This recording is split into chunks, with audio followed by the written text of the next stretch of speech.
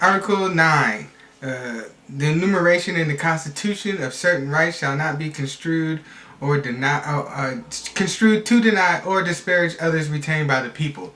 So, if say the right of the militia is invoked by the people, the enumerations of the Constitution, meaning the well regulated, getting back to well regulated militia, the rules of the militia, pretty much, should not be construed to deny or disparage others retained.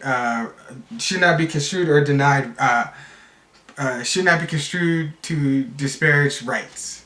So that's basically saying that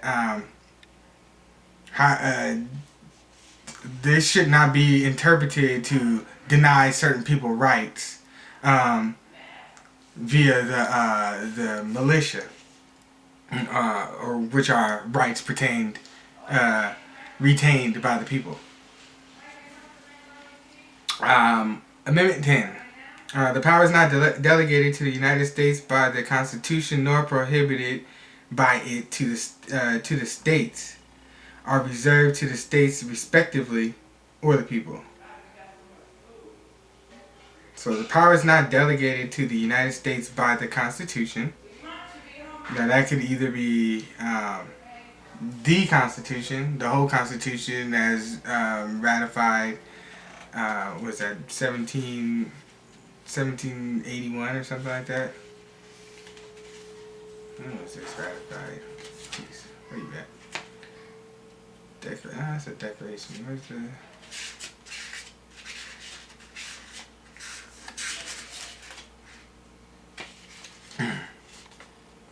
Anyways, Article 10. The power is not delegated to the United States by the Constitution, meaning the whole Constitution, nor prohibited to it by the states, which is basically, that's talking about jury nullification, I think, where the states prohibit the federal government from doing something. I mean, the federal government, which was established via the Constitution. Or are reserved to the states respectively. So that means any rights not specifically delegated in this Constitution, nor prohibition via nullification of the states. All others are reserved to the state themselves or to the people, which could be defined as the militia. Some people can interpret it that way. Or it can be interpreted as the people, just the people, without somebody invoking the right of militia,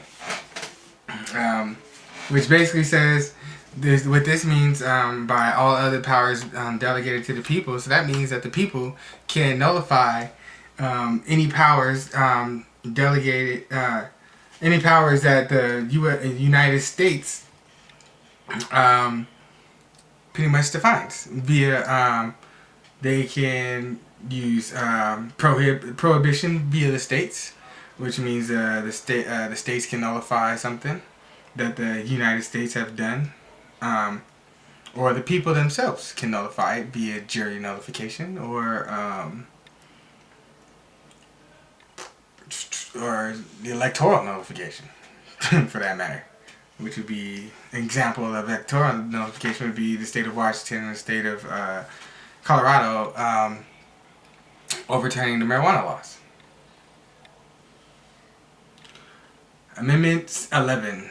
The judicial power of the United States shall not be construed to extend to any suit in law or equity commenced or persecuted against one of the United States by citizens of another state or by citizens or subjects of the foreign state. Yeah. So this is basically saying that you can't sue. The judicial power of the United States shall not be construed to extend to any suit in law or equity. So the 11th Amendment is basically saying that you can't sue the government, which is bullshit, because in the First Amendment you have a right to petition your government and you have a right for redress. So redress is suing, pretty much. So how the hell can you, in the First Amendment, say, "Oh yeah, you have the citizens have the right to petition the government via peaceful assembly and the right of redress," and then turn around and say, "Yeah, that the U.S. can't be sued by any citizen or of a state or another state or subjects of a foreign state." Excuse me. This is pretty much saying that the Supreme Court is all hell power. Fuck you.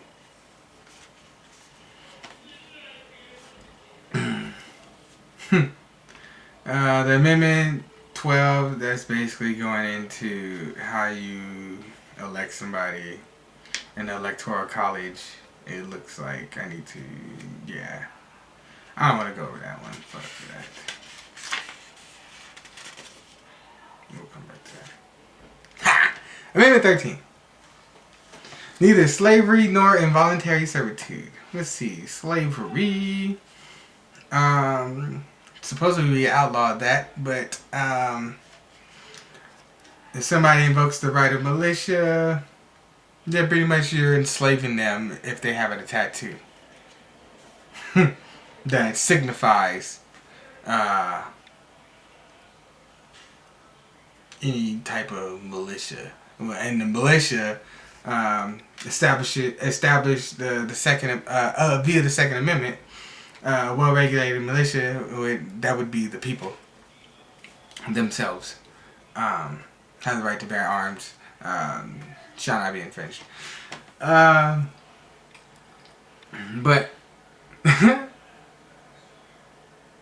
yeah, it's ridiculous how they enslave people.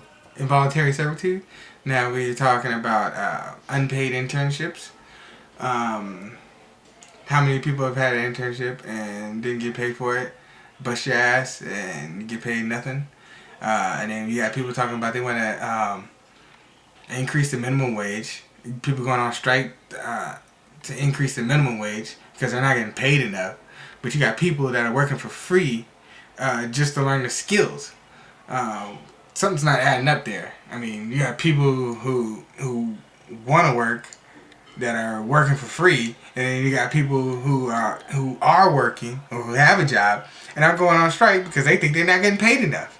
I mean, in this economy with 25% youth unemployment, 14% black unemployment, don't believe the fucking 7% that they're telling you regular unemployment. Look at the participation rate. Look at the U6 unemployment rate. We'll see what y'all gotta say about that.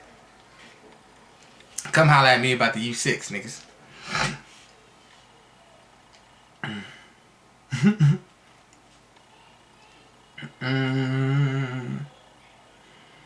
14th Amendment. All persons born or naturalized in the United States and subjects to the jurisdictions thereof. Excuse me. Are and subjects to the jurisdiction. Excuse me. I thought the citizens were the sovereigns and the government was the subject, which was established in this Constitution.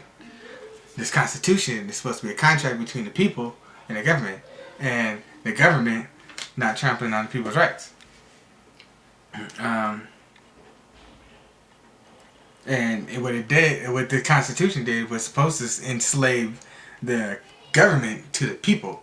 The people were supposed to be the sovereigns via their rights of citizenship, via the right of citizens arrest, or the right of jury nullification, or the right of all-out nullification via democracy, which I hate, but electoral nullification, I should say, not democracy, electoral nullification.